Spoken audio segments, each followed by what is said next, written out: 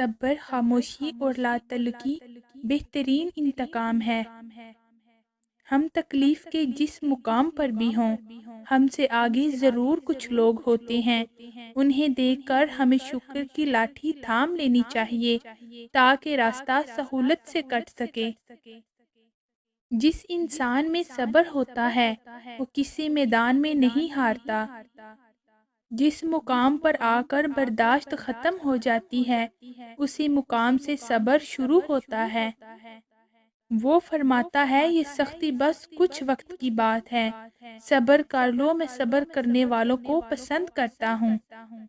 لوگوں کی نعمتیں دیکھ کر پریشان نہیں ہونا ہے، اپنے سے کم تر لوگوں کو دیکھ کر سکون میں رہنا ہے۔ صبر دروازہ اور معاف کر دینا خیر کے خزانوں میں سے ایک خزانہ ہے جسے اللہ تعالیٰ صرف اپنے مقرب اور بہترین بندوں کو عطا کرتا ہے۔ تکلیف ہمارے اعمال سے آئے یا اللہ کی طرف سے، مقام صرف صبر ہے۔ اللہ آپ کا انتظار کر رہا ہے۔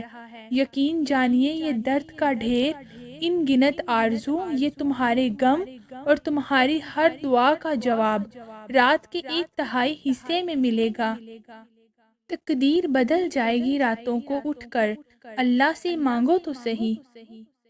تم نہیں جانتے تم جنت میں کس خالص نیکی کے ساتھ داخل ہو سکتے ہو، کسی آنسو کے ساتھ، مسکراہٹ کے ساتھ، ایک مہربان لفظ کے ساتھ، باہم خلوص کے ساتھ، کسی آیت کی تلاوت کے ساتھ، کسی تسبیح یا پاکیزہ اور خیر خواہ دل کے ساتھ۔ بس کسی بھی نیکی کو حقیر نہ سمجھو۔